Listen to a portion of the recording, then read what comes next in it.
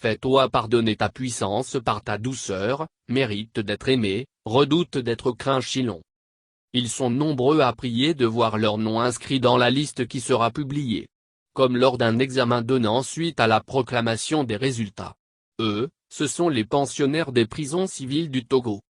Anciens comme nouveaux, détenus et prévenus, coupables comme innocents, ces citoyens privés de leur liberté, ce bien qui fait jouir des autres bien attendent cette grâce annuelle conférée par la loi au chef de l'État lui permettant de pardonner à des personnes privées justement ou injustement de liberté. Mais pour que Forgnassinbé décide, le gros du travail doit venir de son ministre de la Justice et du président de la Cour suprême qui doivent avoir les arguments de persuasion. Il faut qu'ils aient les mots assez forts pour rassurer et justifier la liste à défendre. Oui, car il s'agira bien de défendre une liste ouvrant les portes de la liberté à d'autres citoyens togolais qui, à un moment de leur vie, ont été en conflit avec la loi. À tort ou à raison. Loin de nous tout sectarisme ou discrimination.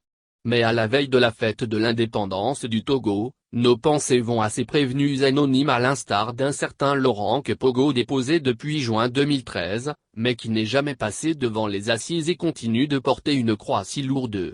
Il y a un certain Casimir Dontema dans une prison à Sokodé ou transféré ailleurs peut-être, détenu dans l'affaire de tentative d'atteinte à la sûreté de l'État. Sans oublier celui qui était considéré comme le cerveau de cette affaire de tentative, Forgnassinbé.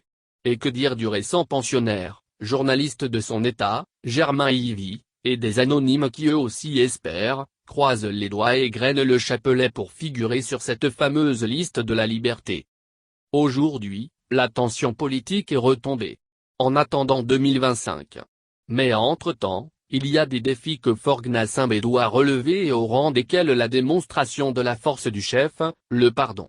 Loin d'être un aveu de faiblesse, le pardon est réservé aux grands hommes qui savent en faire usage dans les moments inattendus.